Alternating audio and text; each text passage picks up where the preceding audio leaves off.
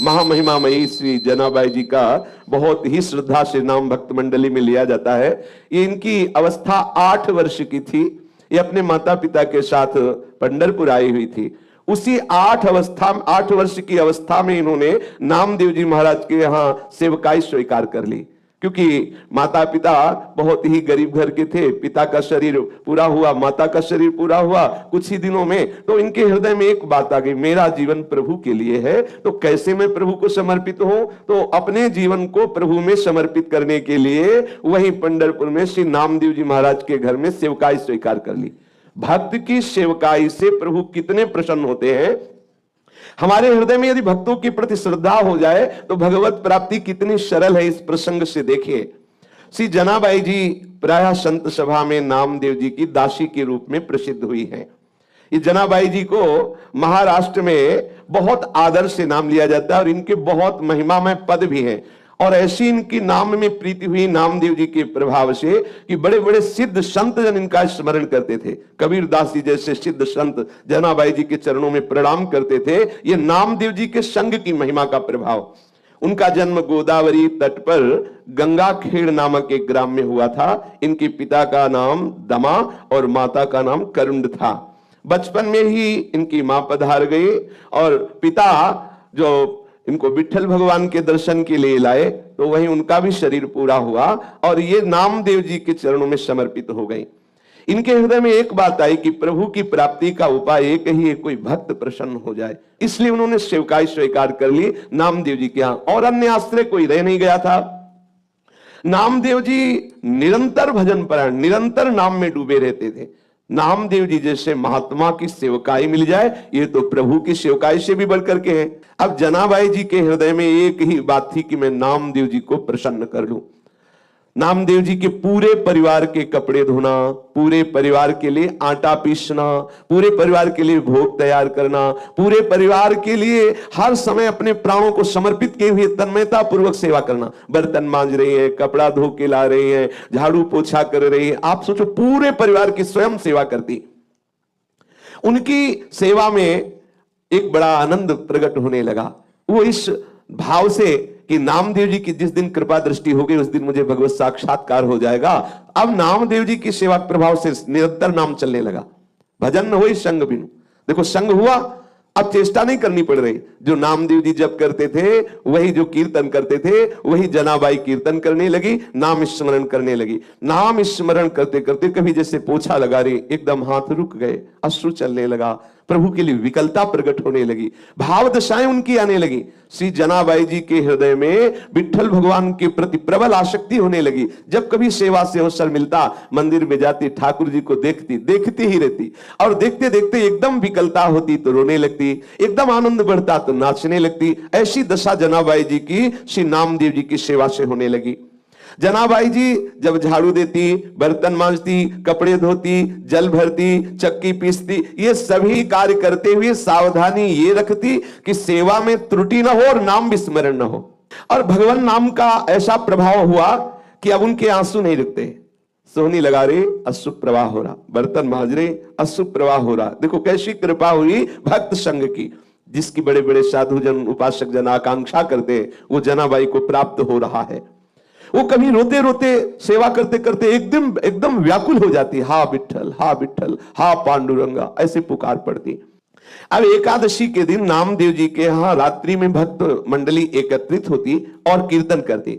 कोई मृदंग बजा रहा है, कोई करताल बजा रहा है, कोई नृत्य करते हुए नाम कीर्तन कर रहा है, कोई प्रभु की आनंदमयी लीलाओं का गायन कर रहा है, तो कोई एकांत में बैठा हुआ उन लीलाओं को सुनकर, उन कीर्तन को सुनकर, भक्तों की भावदशा को देखकर अश्रु प्रवाह कर रहा है। पूरी रात्रि, एकादशी की रात्रि में नामदेव जी के यहाँ ऐसा कीर्तन होता। और जनाबाई सब सेवा करके एकांत कोने में खड़ी रहती। नामदेव जी और बड़े बड़े भक्तों की भाव दशाएं देखती तो उसके हृदय में और विकलता बढ़ती। संकीर्तन के आनंद सागर में वो पूरी रात डूबी रहती। उसको पता ही नहीं चल पाता कि कितने कम समय में रात्रि व्यतीत हो गई। उषा काल होते ही, प्रातः काल होते ही सब भक्त मंडली अपनी दिनचर्या को जाती और ये बावरी हुई भगवत प्रेम की मादकता में ठाकुर जी के प्रसन्नता के लिए श्री नामदेव जी की सेवा में मगन रहने लगती। अब इनको आज लगा कि अरे आज तो सूर्यदेव उदय हो गए, सब भक्तजन चले गए और मुझे तो होश ही नहीं रहा। ये तो बहुत बड़ी त्रुटि हो गई। एक दिन एकादशी में ऐसी आनंद वृत्ति में रात्रि में डूबी कि सब भक्त कीर्तन करके चले गए और ये डूबी ही नहीं। देखा सूर्य चढ़ गए हैं, प्रकाश हो गया है। अब चेतना जगी तो इनको लगा कि जो हमारी नामदेव जी के प्रति सेवा वृत्ति थी, ये तो बहुत हमारे अंदर त्रुटि हो गई। कैसे पूर्ण सेवा हो पाएगी? सबके लिए आटा पीसना है, सबके लिए सब व्यवस्थाएं अकेले करती। और देखो उसमें ये नहीं कि मुझे करना पड़ता है, ऐसा नहीं, उत्साहित होकर प्रसन्न मुद्रा में करती। आंख खुली, देखा और तो बहुत देर हो गई, कैसे नामदेव जी की पूरी हम सेवा कर पाएंगे। जल्दी जल्दी से घबरा कर सोचा कि सबसे पहला काम करते हैं कि हम वस्त्र जो सबके स्नान किए हुए हैं पहले उनको धो के फैला देती। जल्दी से वस्त्र लिए और वस्त्र लेकर के धोने के लिए वो भागी। फिर एकदम दिमाग में आया कि अभी तो बहुत से पात्र पड़े हैं, उनको मार्जन करना है और पानी भी भर के रखना है। पर चलती है, पहले वस्त्र धो के आती है। जो ही चंद्रभागा नदी के पास पहुंची वस्त्र लेकर के, तो अब कई चिंताएं एक साथ। अभी तो पात्र मार्जन करने हैं, सुंदर जल भर के रखना है ठाकुर जी की सेवा के लिए। आज तो बहुत विलंब हो गया, अब आज कैसे हम सब सेवा कर पाएंगे? इतना मन में सोच रही थी कि इतने में देखा कि एक वृद्धा मैया आई और कहा कि जनाबाई, तू चिंता क्यों कर रही है? सुन, तू और जाके कार्य कर, मैं यहां तेरे कपड़े जो ये सब नामदेव जी के परिवार के वस्त्र है ना, ये मैं धो देती हूं। उन्होंने कहा नहीं नहीं, आप क्यों करेंगे, आपका शरीर। बोले नहीं, सच्ची सफाई धुलाई तो हम करना जानती, पूरा जीवन हो गया, पूरा जीवन हो गया। जिसके वस्त्र को हम धुलते दोबारा वो मलिन नहीं होते हैं। और देखो तुम तो अभी नई अवस्था तुम्हारी हो, मेरा जीवन हो गया ये धुलते हुए। सच्ची धुलाई का कार्य हम जानते हैं। समझ नहीं पाई जनाबाई।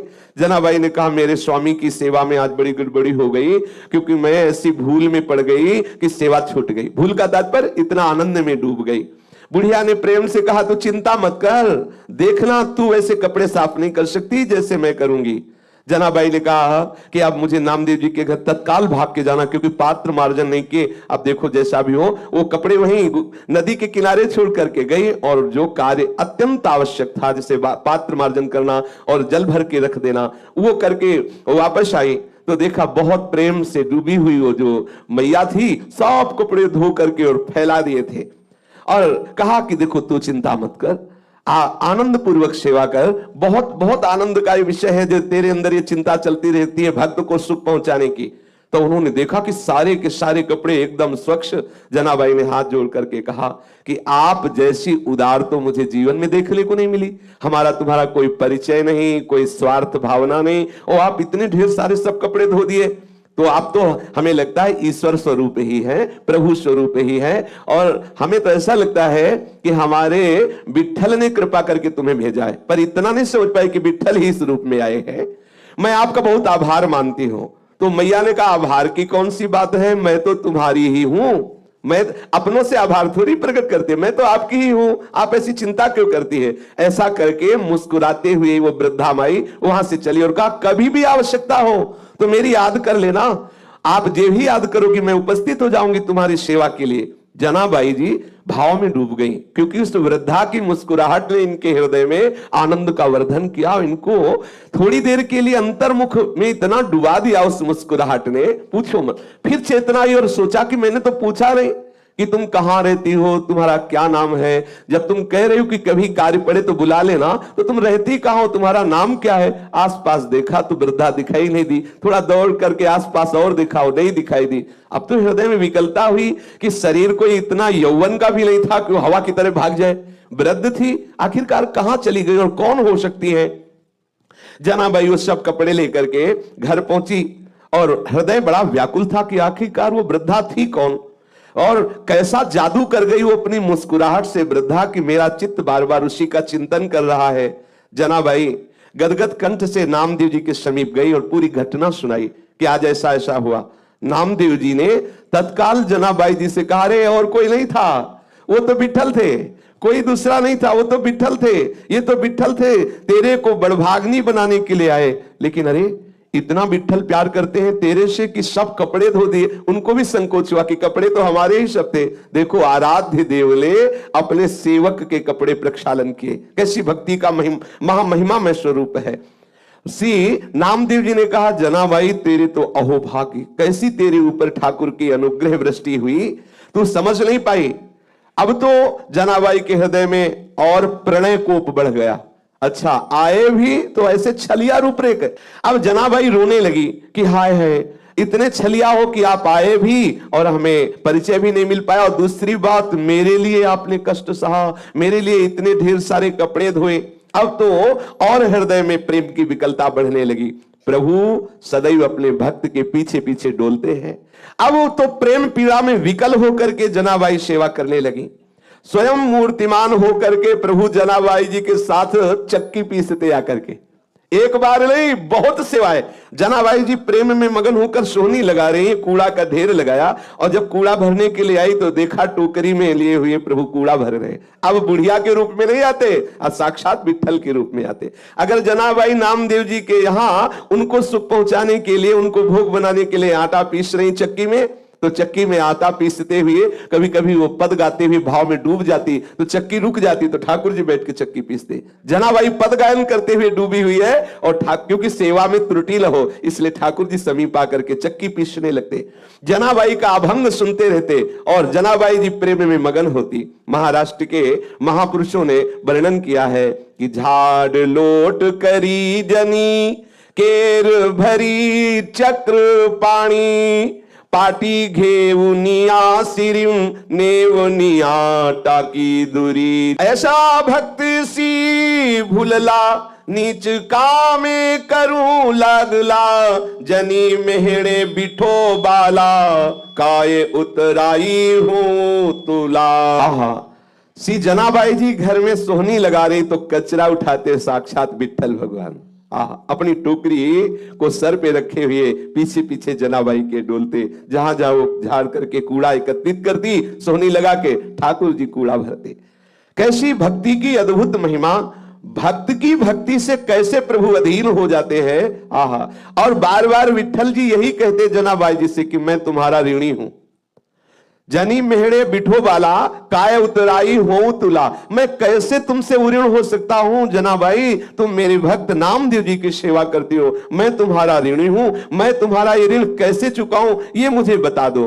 बामो शब्य दोनी कड़े, देखूं कृष्णाचे रूपंडे, चराचरी जे जे दिसे, तेते अविद्याची नाशे। जैसे अपना ही बायां भुजा और अपना ही दायां भुजा, इसमें कौन अपना और कौन पराया, ऐसी अनुभूति होने लगी श्री जनाबाई जी को। संपूर्ण विश्व ब्रह्मांड चाहे कोई अनुकूल व्यवहार करे चाहे प्रतिकूल व्यवहार करे, मेरा ही स्वरूप है, मेरी ही आत्मा है। जैसे अपना बायां हाथ दायां हाथ, इसमें कौन सा प्रिय कौन सा प्रिय, तो बायां का तात्पर्य प्रतिकूलता, दायां का तात्पर्य अनुकूलता। अनुकूलता प्रतिकूलता चाहे जैसा कोई हमारे साथ व्यवहार करे, वो मेरी आत्मा है, मेरा प्रीतम है, ऐसी अनुभूति हो गई। चराचर में मेरा ही प्रीतम है, ऐसा अनुभव होने लगा। चराचरी जे जे दिसे, तेते अविद्याची नासे, अविद्या का नाश हो गया।